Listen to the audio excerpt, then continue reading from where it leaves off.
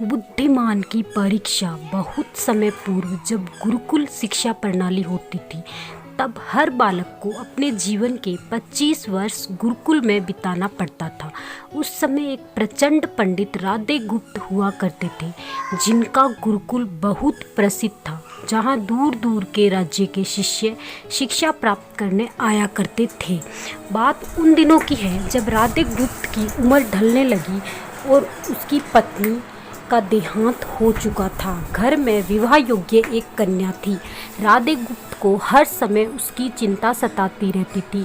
वह उसका विवाह एक योग्य व्यक्ति से करना चाहता था, जिसके पास संपत्ति भले ना हो पर वो कर्मठ हो, किसी भी परिस्थिति में उसकी बेटी को खुश रखे और उचित समय पर उचित निर्णय ले सके। एक दिन उनके मस्तिष्क में एक ख्याल आया और उन्होंने इस परेशानी का हल सोचा कि क्यों ना वो अपने खुद के शिष्यों में से ही योग्य वर की तलाश करें।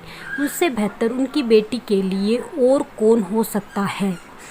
इसके उन्होंने बुद्धिमान की परीक्षा लेने का और सभी शिष्यों को एकत्रित किया। राधे गुप्त ने सभी से कहा कि वे एक परीक्षा आयोजित करना चाहते हैं, जिसमें सभी की बुद्धिमानी का परिचय होगा।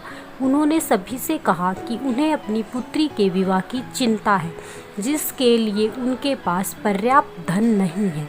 इसीलिए वे चाहते हैं कि उनके शिष्य विवाह में लगने वाली सभी सामग्री कैसे भी करके एकत्र करें, भले उसके लिए उन्हें चोरी का रास्ता चुनना पड़े। परंतु शर्त यह है कि उन्हें कोई चोरी करता देख ना सके। इसी एक शर्त का सभी को पालन करना है। अगले दिन सभी शिष्य कार्य में जुट गए और रोजाना कोई ना कोई तरह तरह की वस्तुएं चुरा कर लाता और राधा गुप्त को दे देता। राधे गुप्त उन्हें एक विशेष स्थान पर रख देते, क्योंकि परीक्षा के बाद यह सभी वस्तुएं उनके मालिक को वापस करना जरूरी था, क्योंकि वे अपने शिष्यों को सही ज्ञान देना चाहते थे। सभी शिष्य अपने अपने दिमाग से कार्य कर रहे थे, लेकिन इनमें से एक चुपचाप गुरुकुल में बैठा हुआ था, जिसका नाम रामास्वामी था। वह राधा गुप्त का सबसे करीबी और होनहार छात्र था। उसे ऐसा बैठे देख राधा गुप्त ने इसका कारण पूछा। तब रामास्वामी ने बताया कि आपने परीक्षा की शर्त के रूप में कहा था कि चोरी करते वक्त इसे कोई ना देख सके।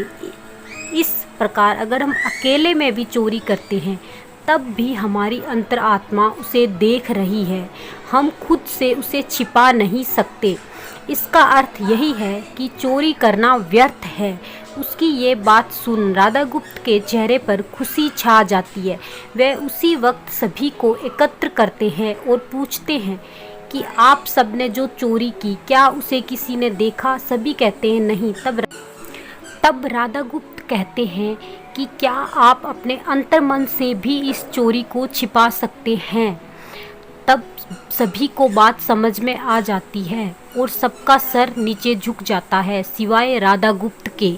राधा गुप्त रामास्वामी को बुद्धिमानी की परीक्षा में अव्वल पाते हैं और सभी के सामने कहते हैं कि परीक्षा मेरी पुत्री के लिए उचित वर तलाशने के लिए रखी गई थी। इस प्रकार मैं रामास्वामी का विवाह अपनी पुत्री के साथ तय करता हूँ। सभी खुशी से झूम उठते हैं। साथ ही चुराई हुई हर एक वस्तु को उसके मालिक को सौंप दी वे क्षमा मांगते हैं।